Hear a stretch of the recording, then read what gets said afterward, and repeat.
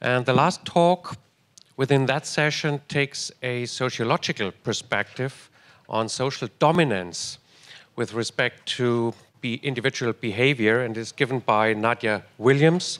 She's a postgraduate research student at the Dundalk Institute of Technology, and that institute is located within a campus that is between Dublin and Belfast. That's right. And her research focuses on cycling uptake, safety, and experience correlated with social dynamics. So thank you very much for being here, and the floor is yours, Nadia. Thanks very much. I'm going to ask you to bear with me a bit today, because I'm going to take you to my point in quite a roundabout way, but I promise I'll get there. I also want to point out that while my research focus is on Ireland, because I live there, I have good reason to believe that my findings will be quite widely applicable. So I'm going to play you a little clip from a film by Mel Brooks called Robin Hood Men in Tights. It's a comedy, and I really hope it's going to work. Oh, we have no sound. This guy so much. Do you object to his marrying Maid Marian? I have no objections, but I have not yet kissed the bride. It is a custom and my royal right. Hold this, Father. Rabbi. Whatever.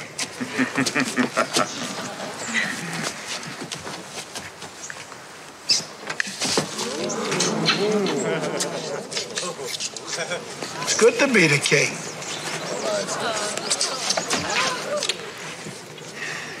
No, you may marry them. Thank you, Your Majesty. Here's your knife. Sword. Whatever. So what King Richard refers to there with his royal right is a practice that is said to have existed in medieval Europe, in which feudal lords had the right to rape the bride of any of their vassals on the wedding night. The rabbi's remark that it's good to be the king is a reference to a song from one of Mel Brooks's earlier films, in which Brooks's King Louis of France described how nobility lived in luxury while peasants starved. Nobility and royalty are social groups, and it's indeed good to be a member of one of these social groups, because that alone gives you all kinds of rights and privileges. As a rule, though, the privilege of one group is paid for by another.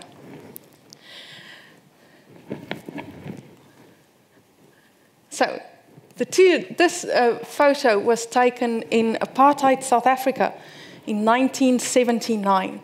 And you can tell that those two little girls were members of the privileged social group because of their skin color.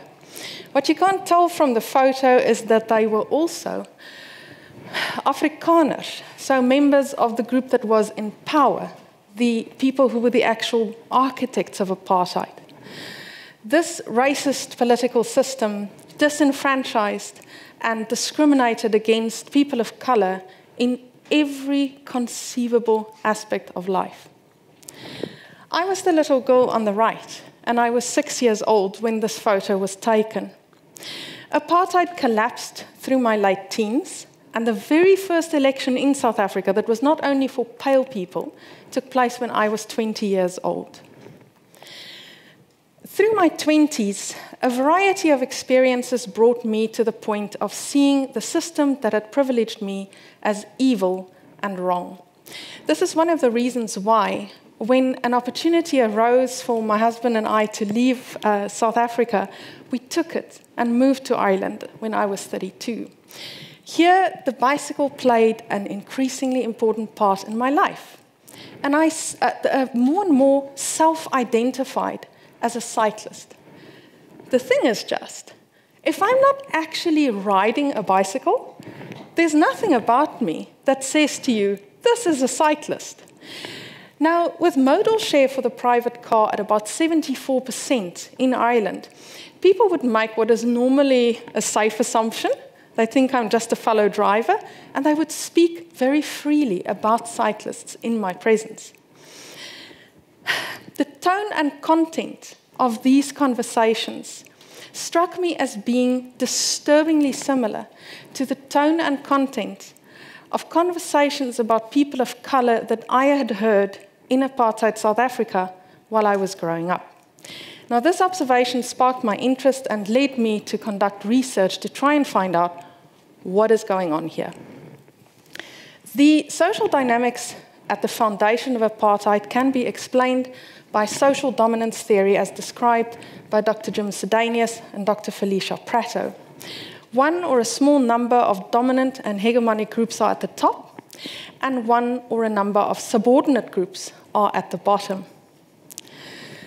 Drawing on this theory, I devised the hypothesis that the roads network really should be understood as a social system, and road user groups as social groups, with drivers dominant and cyclists subordinate.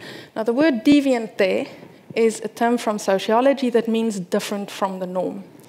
I posit further that this social dynamic is responsible for perceived and actual danger to cyclists, and that it can also explain poor cycling uptake in car-centric societies. In other words, societies where the private car is the dominant mode of transport.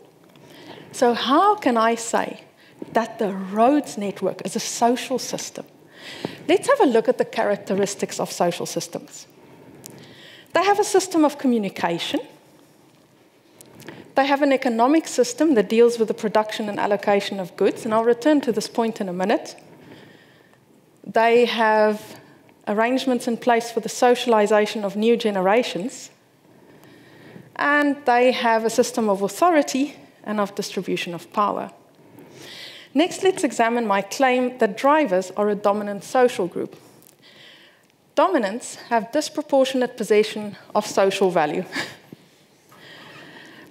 This point is relevant to the roads network's version of an economic system. Social value is the material and symbolic goods that people strive after. It is what we want. On the roads network, what we want, the commodity that is produced and allocated, is space and priority. In Ireland, more than 17% of the roads network is set aside for the exclusive use of drivers in the shape of motorways.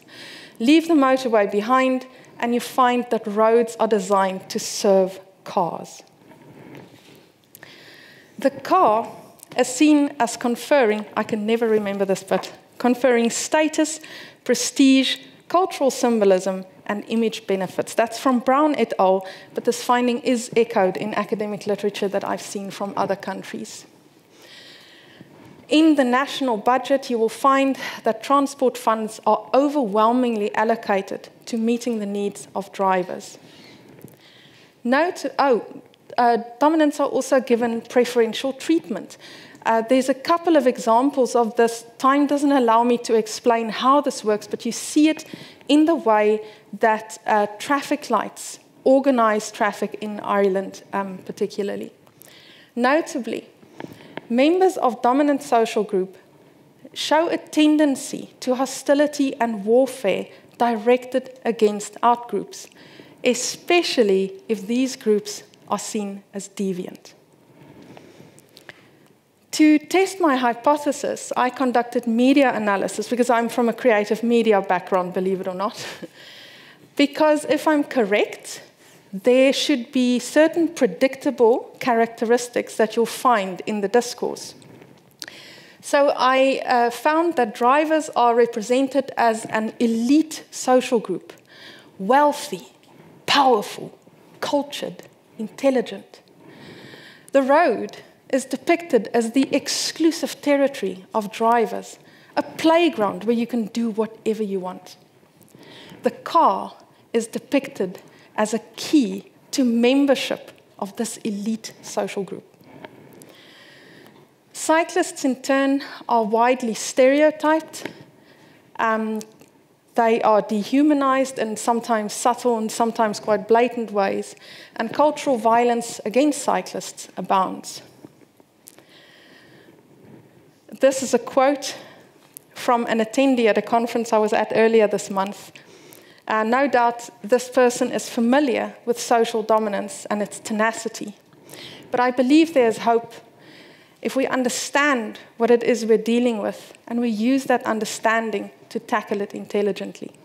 So, what we need to grasp is that driver dominance is like water. It will flow to occupy any space that it is allowed to flow into.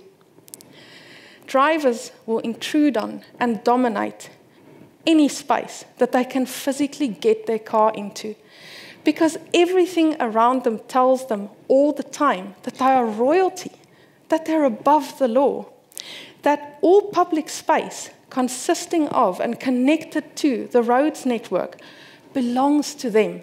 It is their territory. The next thing we need to understand is that asking people to ride a bicycle in a car-centric society such as Ireland is like asking nobility to voluntarily become peasants. The obvious danger of intruding into the territory of a big, loud, dangerous, and sometimes outright hostile majority is going to dwarf the often complicated to understand benefits of riding your bike in the minds of most people. The experience that countries with higher cycling uptake, there tends to be an association with properly segregated cycling infrastructure, is consistent with my hypothesis.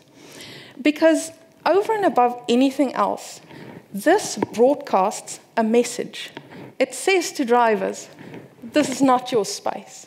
And it says to cyclists and to potential cyclists, you will be protected from the dominant group by a physical barrier.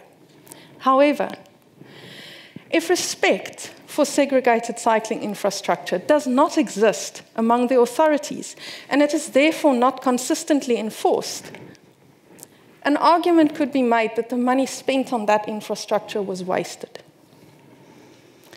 Now, if I had absolute magical powers, I would start by banning all television advertisements for cars and restricting print advertisements only to a factual description of the product's features. I would mandate intensive training for traffic police to make sure they fully understand the rights and needs of cyclists on the road.